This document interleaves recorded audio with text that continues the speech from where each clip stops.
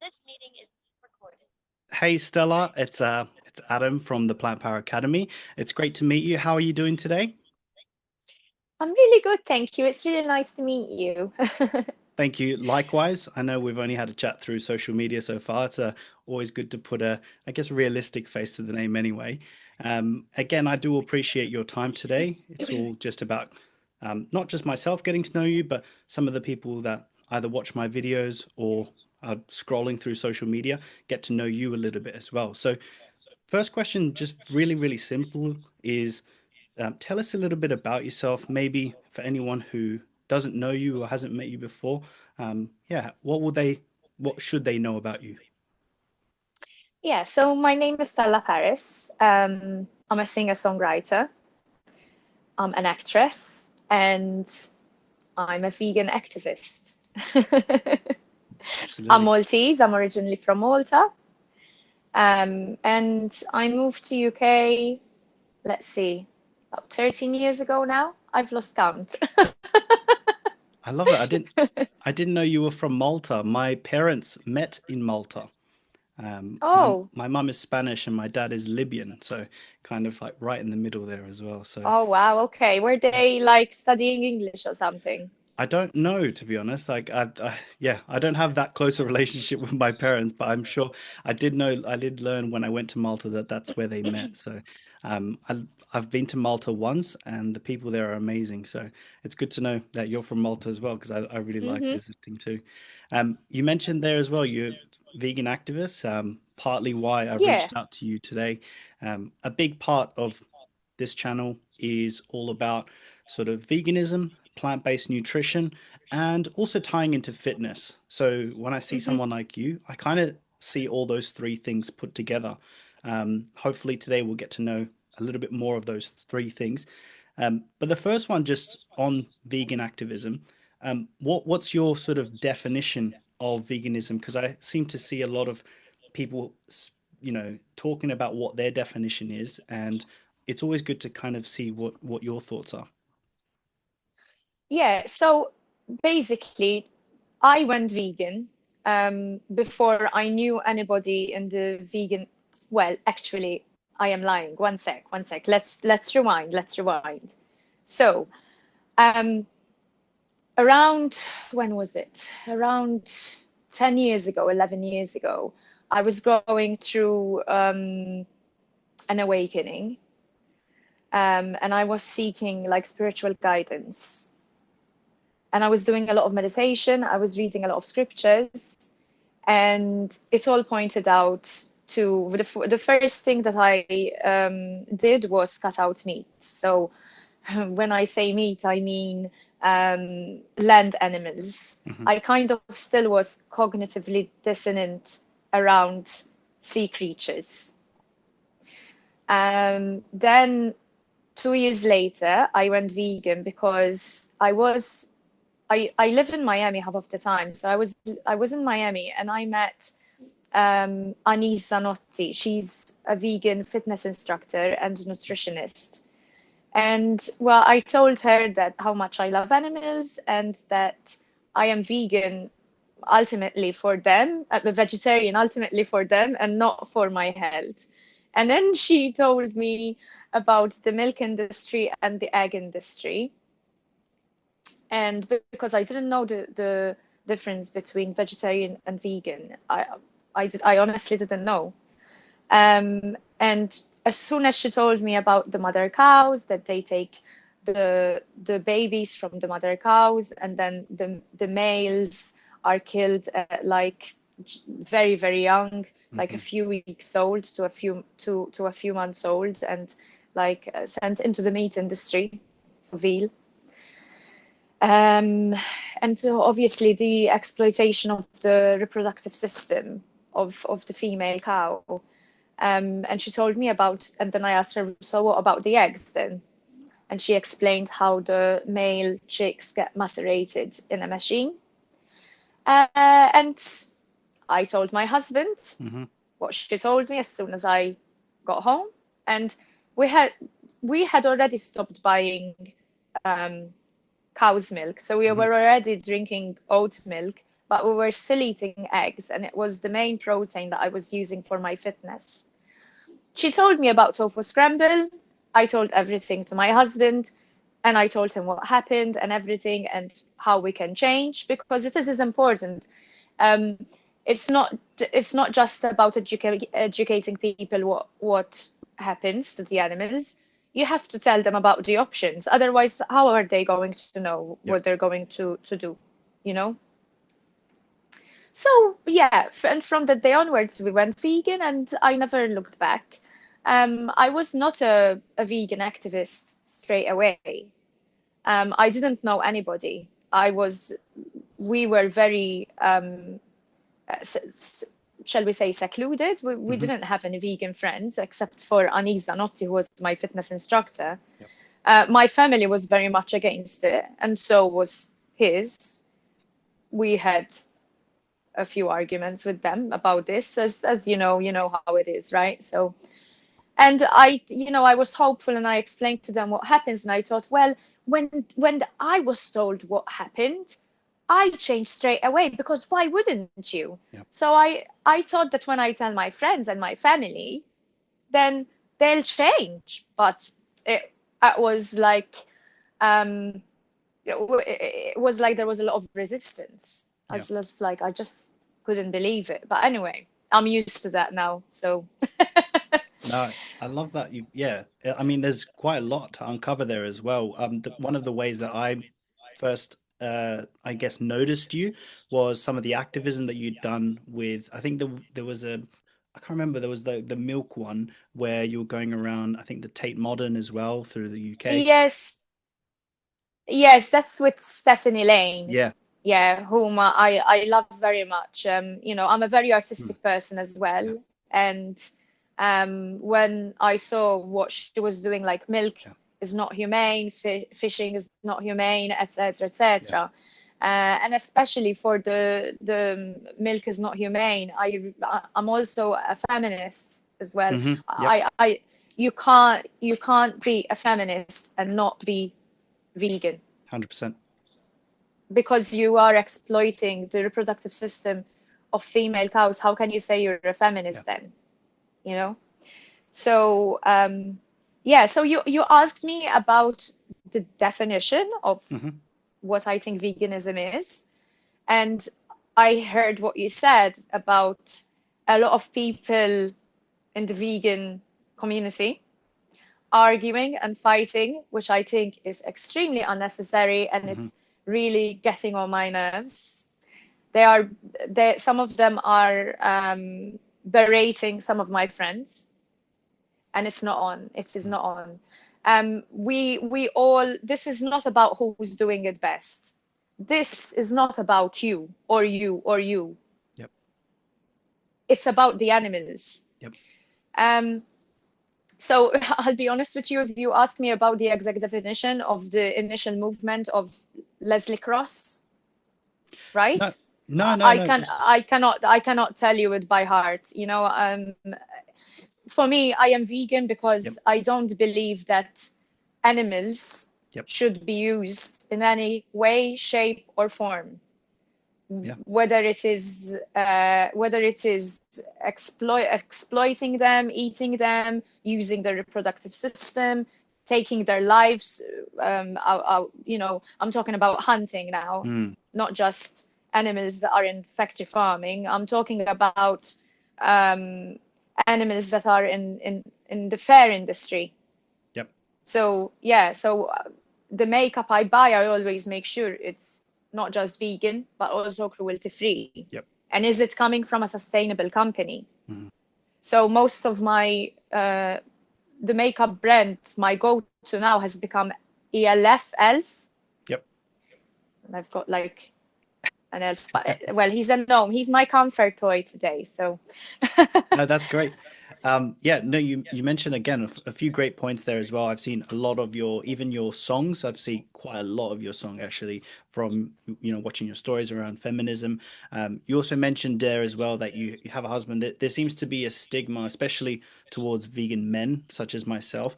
What is how's your husband dealing or your partner dealing with that side of things as well. I'm assuming from the conversation just now, he is vegan himself. How did that work out for him? Is Yes. he still kind of in a position where people are shocked to see that a man is vegan, you know? Um, he argues with a lot of people online, Hmm. on social media posts. He especially jumps on Daily Mail articles. Hmm. When you've got articles that have been paid for by by the meat and dairy industry, they pay a Harvard doctor or Harvard scientist. You know what they do, don't you? Yeah. They create a biased Yeah. scientific case study article, whatever. And he goes and jumps on and tries to put on something because in the Daily Mail, most of them are against veganism, Yeah, of course. you Yeah. know. But he doesn't do like activism, like he doesn't join us in the Yeah. protests and stuff like that. He joined me twice actually in the beginning because I organized my first protest outside MBR Acres around 3 years ago Hmm. against animal testing for to free the beagles. Mm. And he did come for that because, well, I was the organizer and I was responsible for a few models that came to join me. We were all dressed in bikinis, kind of Tash Peterson style. Um, MBR Acres knew that we were coming because the media published it, the date and everything. So they were ready with some brutes inside. They had these men with masks, they had sunglasses hiding their faces, and they came to attack me and my girls. Mm. And so my husband came because he knew how these places work and he came for protection more than Yeah. anything. Um, yeah, I've tried to get him into activism, but also um, we he owns some businesses as well, and he cannot afford to get arrested, so Yep. he really avoids that side of things, you know? Do you ever feel like when you are doing your activism, whether it's something more provocative or something a little bit more conservative, do you always feel a little bit unsafe? Uh,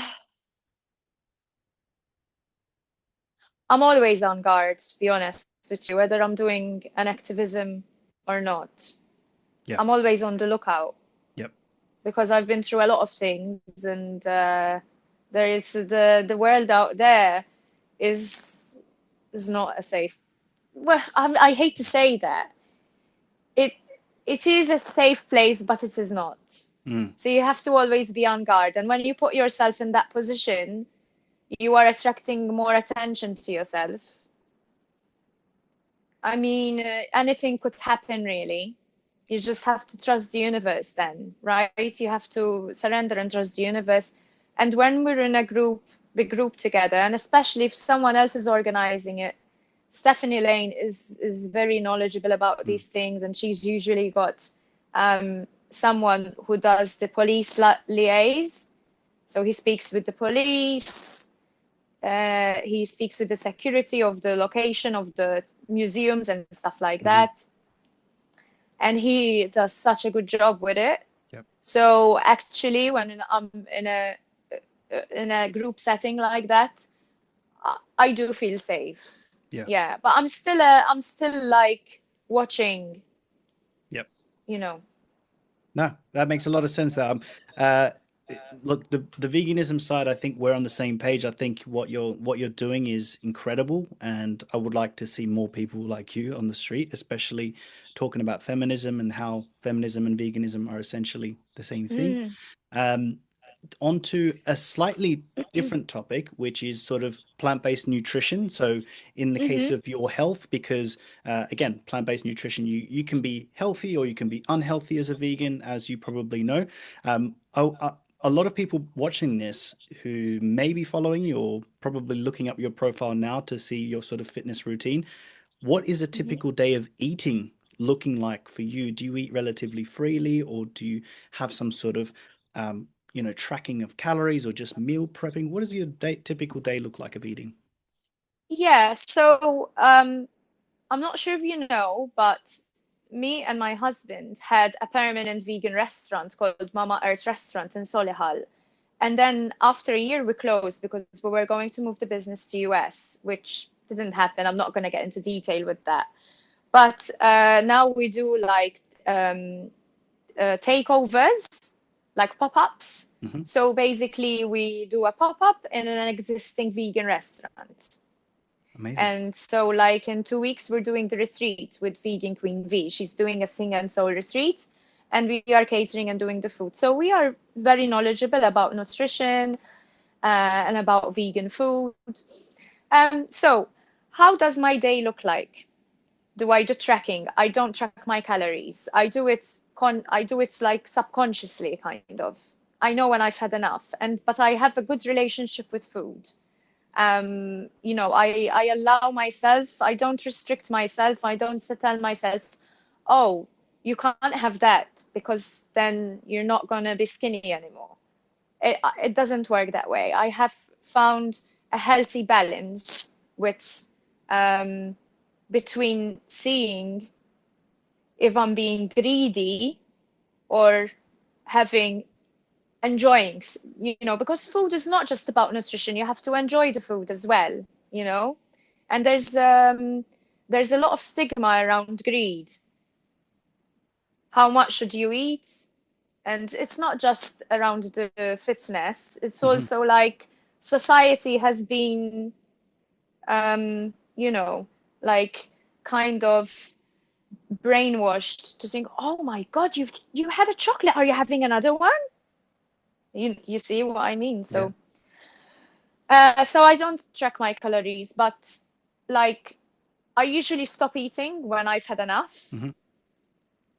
and then I just put it away and eat it later. And even when I buy things from a restaurant, I eat what I want to eat, and then I tell them to give me everything because I don't like wasting either. Hmm.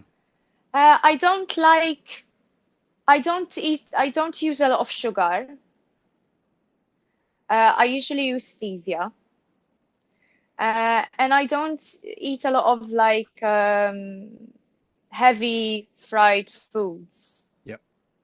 And the bread I eat um, is like seeded brown bread. Yeah. I'm very, yeah, I know what I like, kind of, and I know what works for me. And if something is stodgy, I can feel it straight away, Yeah. you know? So I start with a coffee in the morning, with an oat milk coffee. Uh, then I usually have a toast, either with tofu scramble, but not always, or with, it's a good time to forage right now. Hmm. So there's a lot of good stuff out there. And at the back, we have wild mustard garlic, and it's lovely, absolutely delicious. So just a toast, Yeah. vegan butter, and then chop up the mustard garlic, and you're good to go. That's That's what amazing. I usually have for breakfast. Today we had tofu scramble, a la Mama Earth style, how he used to do it in the restaurant. He does like cashew crema as well. We do Hmm. our own cashew crema. Um, then for lunch, it's it varies. Like we eat everything and make it vegan. Yeah. Like it varies between having a sandwich with vegan slices or spaghetti vegan spaghetti bolognese or soups, different kind of Yeah. soups. Usually lunch is like quite light though, you know, Yeah. not very heavy. And then dinner, we usually have a nice big meal.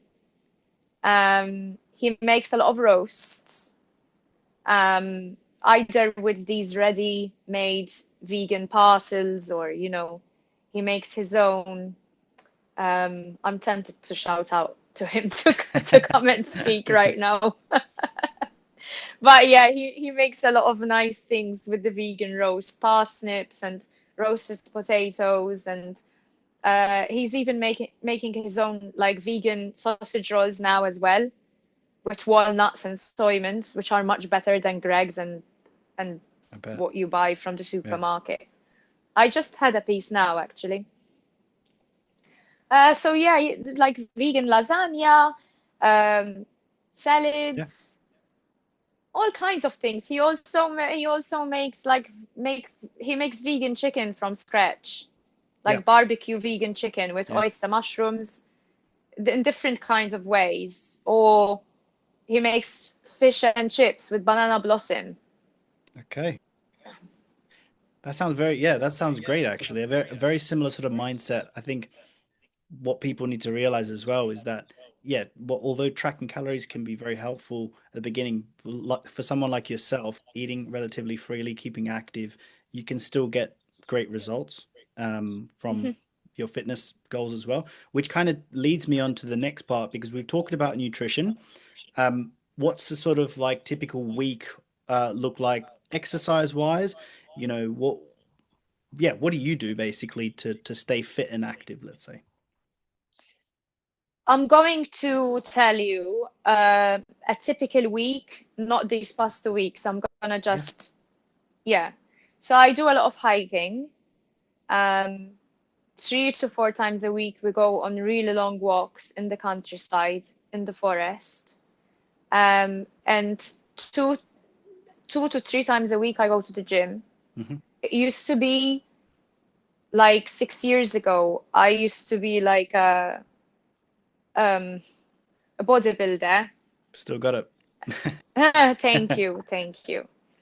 Uh, so I used to train 6 to 7 days a week, sometimes even without Mhm. any break, 3 hours a day. I don't Wow. do that anymore. I just I just do the upkeep. So basically 2 to 3 times a week, 1 hour, 1 hour and a half each. And then I really enjoy swimming. So whenever we are in a location where we are by the sea, I swim almost every day. I snorkel. And it's not just like for a short period of time. I do like 2 hours in the sea, snorkeling, and Okay. I really love it. That's really my thing. But if it's just at the gym, then I'll usually do 45 minutes to 1 hour of swimming. Um, Yeah. When Still you're very enjoyable. when you're at the gym, obviously, like if we hear hiking, we know what that looks like. If we hear swimming, we know what that looks like. If you're in the gym, I typically imagine, you know, whether it's more hypertrophy, machines, free weights, powerlifting, calisthenics. How does the gym workouts look like for you currently? Yeah, so I do calisthenics and Yeah. I do heavy lifting. Mm. Um, I'm not a huge fan of cardio. I don't think that cardio does much, to be honest with you. And I follow quite a few vegan fitness instructors, and they all say the same thing. Like running off. No, I used to love running a little bit like a sprint. It's Yep. fine. A sprint, it's fine because it's like, woo, you let it out and you stop. But constant running, marathons, oh my God, no, I don't want to die.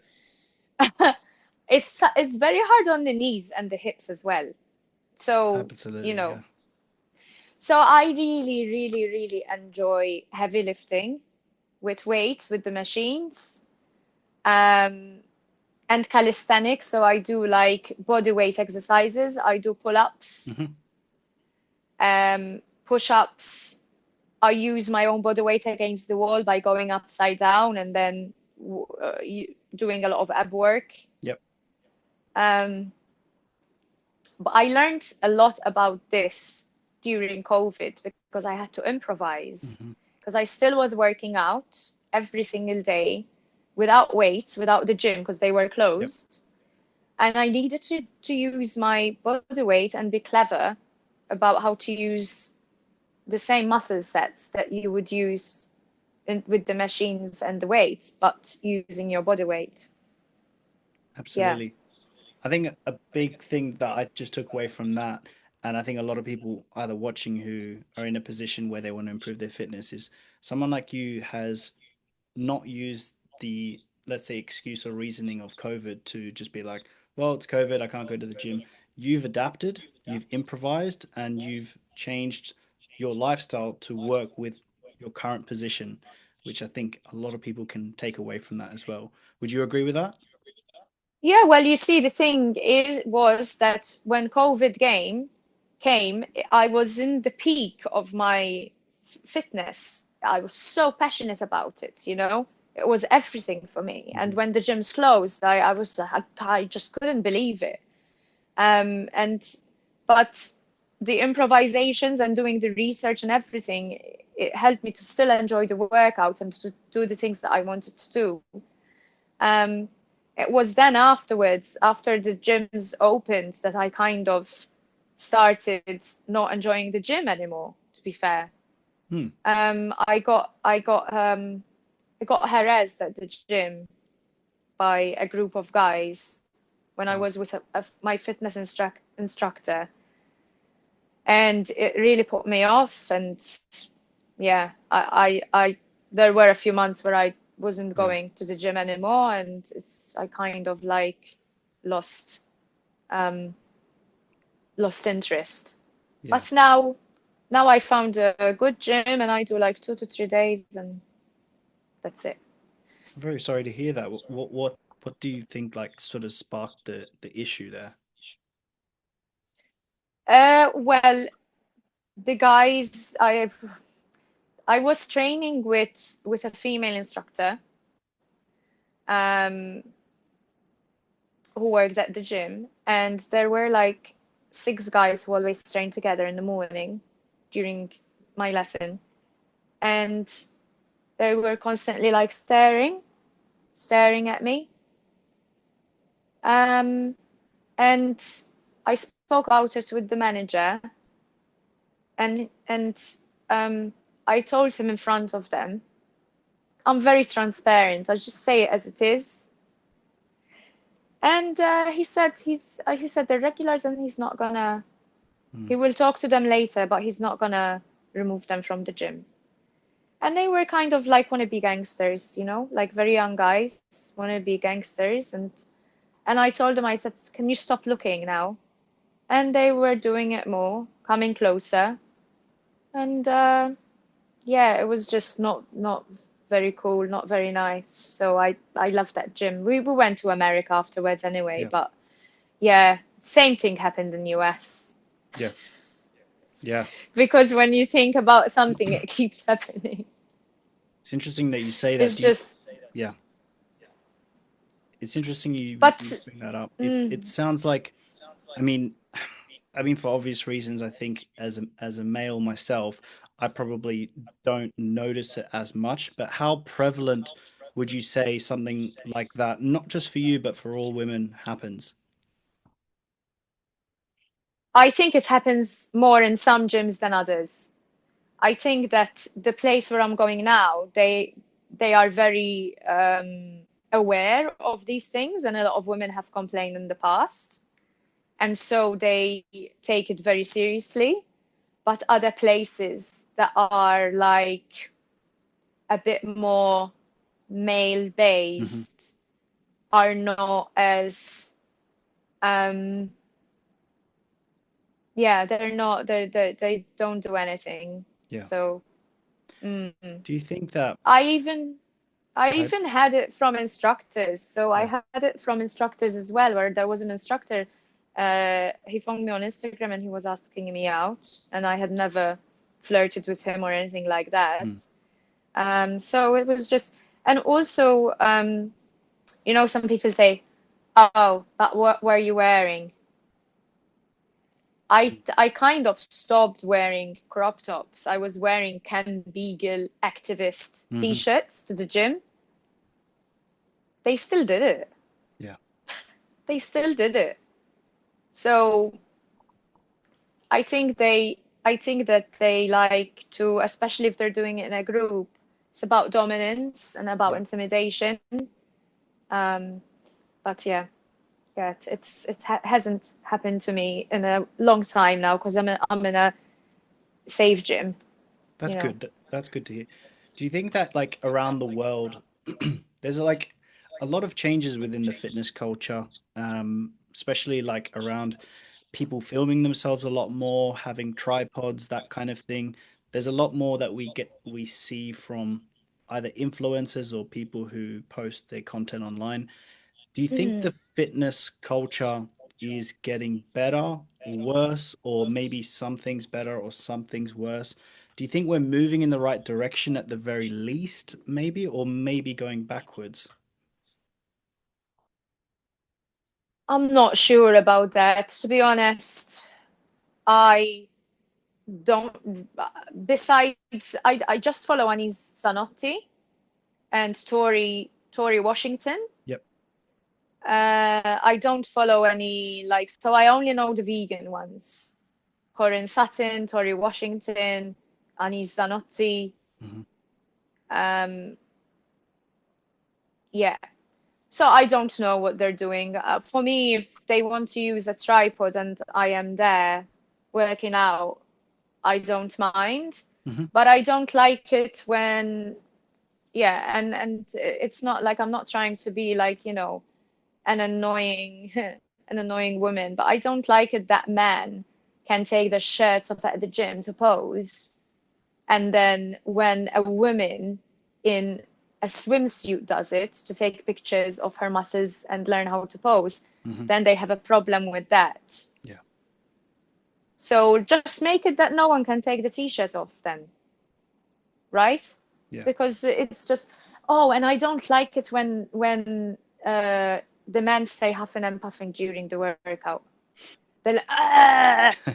It's like someone is dying or like someone is having a seizure or a heart attack. I don't like the screaming and shouting. It really pisses me off. Yeah. Yeah. There's a lot going on at most gyms as Um, well. but yeah, but to be fair, I just nowadays I just go on my workout. I'm focused. I have a plan of what I'm going to do. I have it written down in my notes.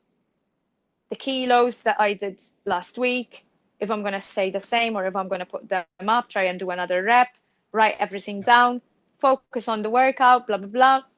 Sometimes some people uh, that see me there say hello, bye, okay, hello, blah, blah. And that's it. I don't really worry too much about what others are doing. Yep. Um, with regards to the fitness thing, though, that you said, I know that online there are some male influencers that are getting to the heads of men and very young boys through fitness, Hmm. the manosphere guys. I know that they are using fitness to get them to join their um, hateful and patriarchal content. Hmm. Yeah.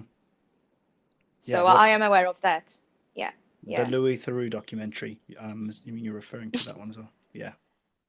Well, well, boy, I've got news for them because I've got a song coming that I Okay. wrote after I watched that documentary, and it's gonna be brutal. Okay. You heard it here first, but any insights on any up and coming artistic music songs from yourself? Yes, so I'm working on two songs at the moment, which are a bit different from each other. Uh, One of them is called Summer Moonlight, but it's Solstice version. So it's a new interpretation, a new re-recording of my old song, Summer Hmm. Moonlight from 2023. And I've added some lyrics and I'm producing it myself and I'm making it sound completely different with different harmonies, different melody. So that's coming out for Summer Solstice, which I'm very excited about. And then I'm also working on the song I told you about. Um, it is very grungy, it's very punky, and it's quite, I would say, it's quite aggressive, but also very tongue-in-cheek. Yep.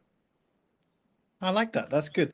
We've covered so much today as well. I think everything, like I said, from veganism, plant-based nutrition, fitness. I've, I've got a lot from you, which I think is fantastic. On to, I guess, probably one of the last questions, but also maybe the more difficult ones. And I'll give you my Uh-oh. example.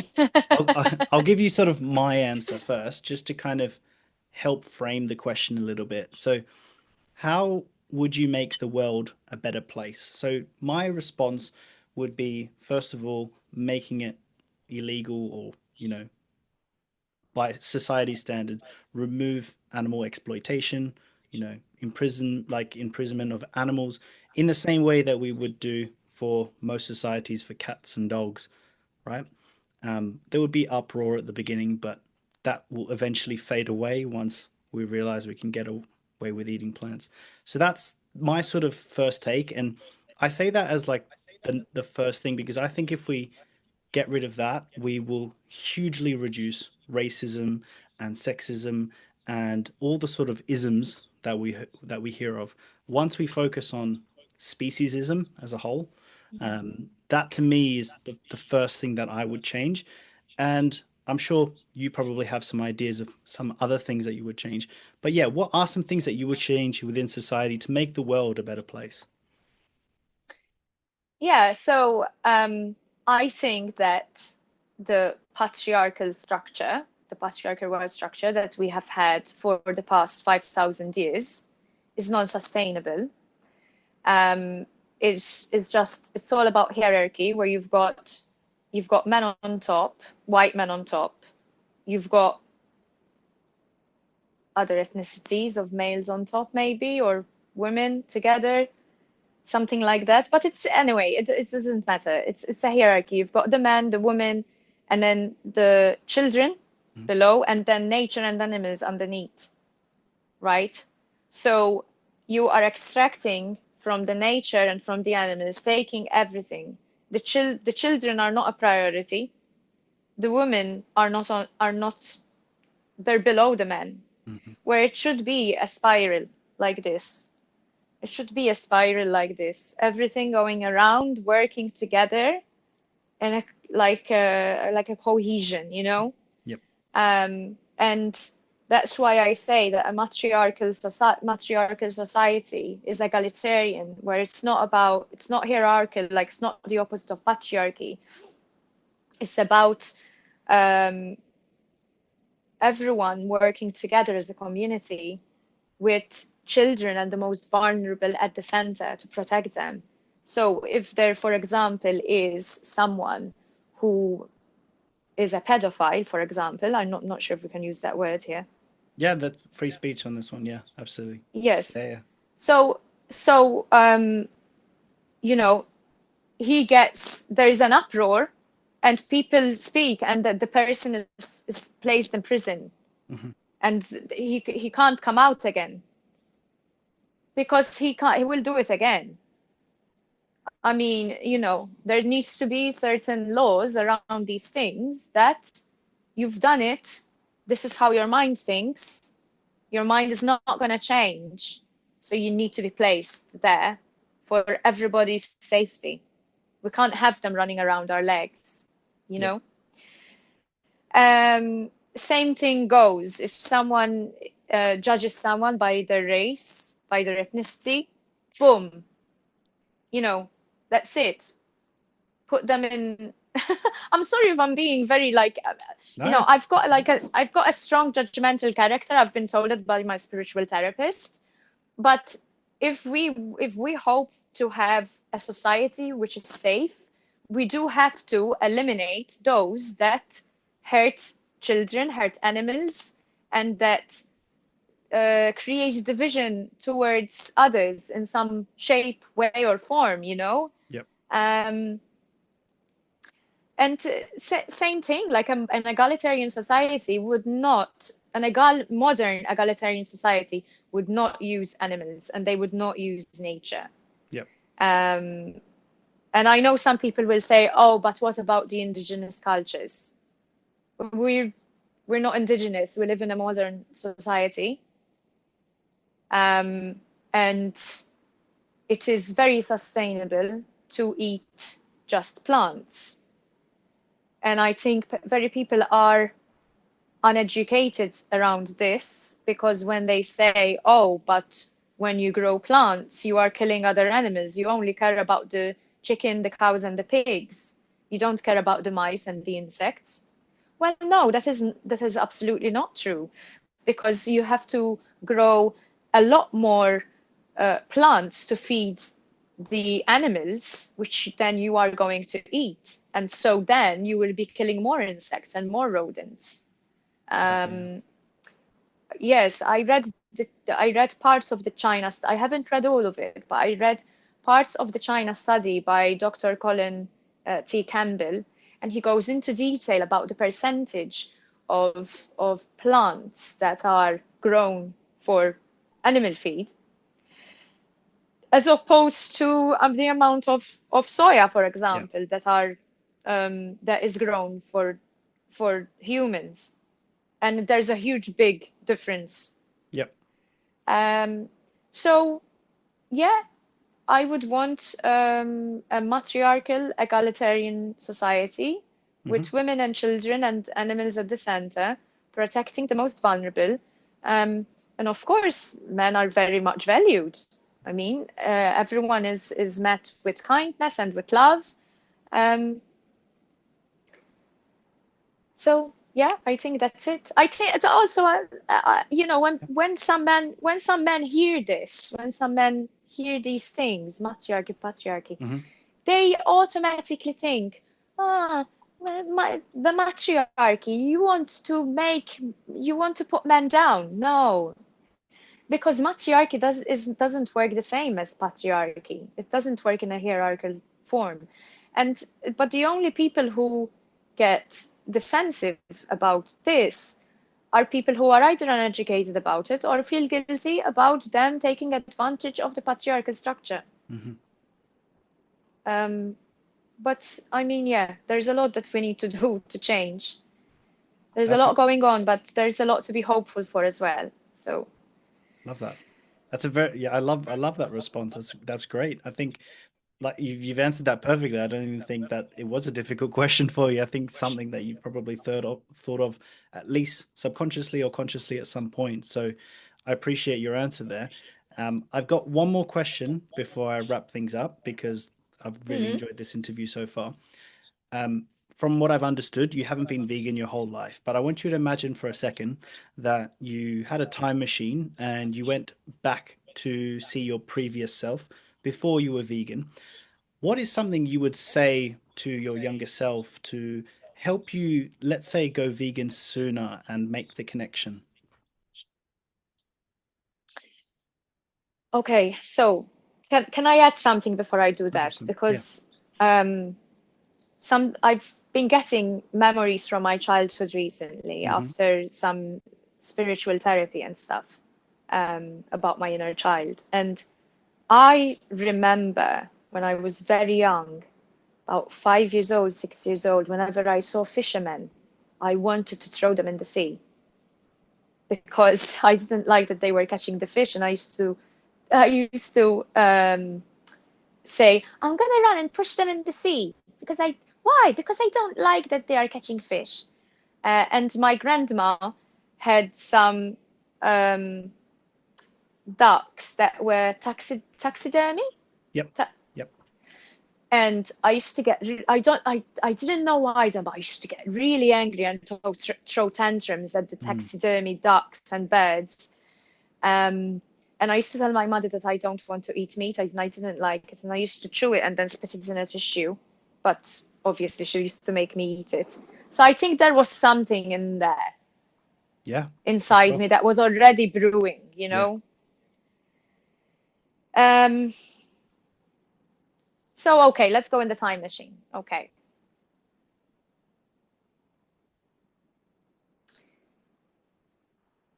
I wish that I got into the time machine to the time when I was 19 years old or 20 years old, something like that, because by then I had moved out of my parents' house and potentially I could have become vegan.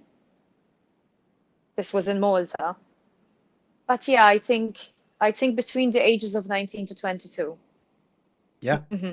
What would you say to Definitely. yourself? So you've just moved out of house and you getting used to your local supermarket because it's now close to your new place.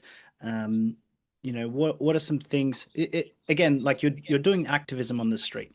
Um, your younger self sees the screen and they see see what happens in the animal industry, and you ask them, what are your thoughts on what humans do to animals? How does that conversation go with your younger self? Yeah, this is a tough question, you know.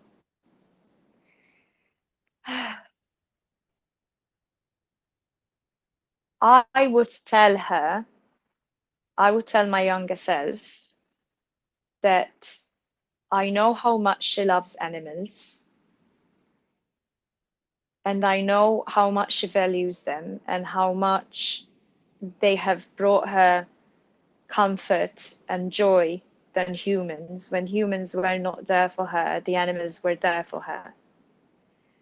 And I would ask her to see cows, pigs, sheep, fish, goats, all kinds of animals through the same eyes that she sees dogs and cats. Yeah. And I would use words of empathy and compassion, and I would be gentle with her.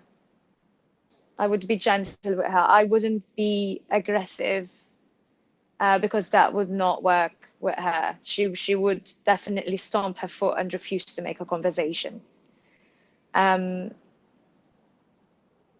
yeah, I would I would try and show her some footage maybe, um, and explain what happens to the the young the mother cows and their young, and explain about the egg industry like Anis spoke with me in a very gentle and calm manner. Um, yeah, I think that's what I would do. That's great. No, I think that's awesome. And again, I appreciate it's it's not just a difficult question, but it's kind of like thinking about it on the spot. But I think you gave a really, really good response, especially to anyone watching. Look, Stella, I don't want to take up too much time for too much more of your time. You've done amazing. Thank you so much for the interview. I'm going to stop the recording now. But yeah, just want to say thanks, Stella. Thank you. Thank you. Thanks. Bye.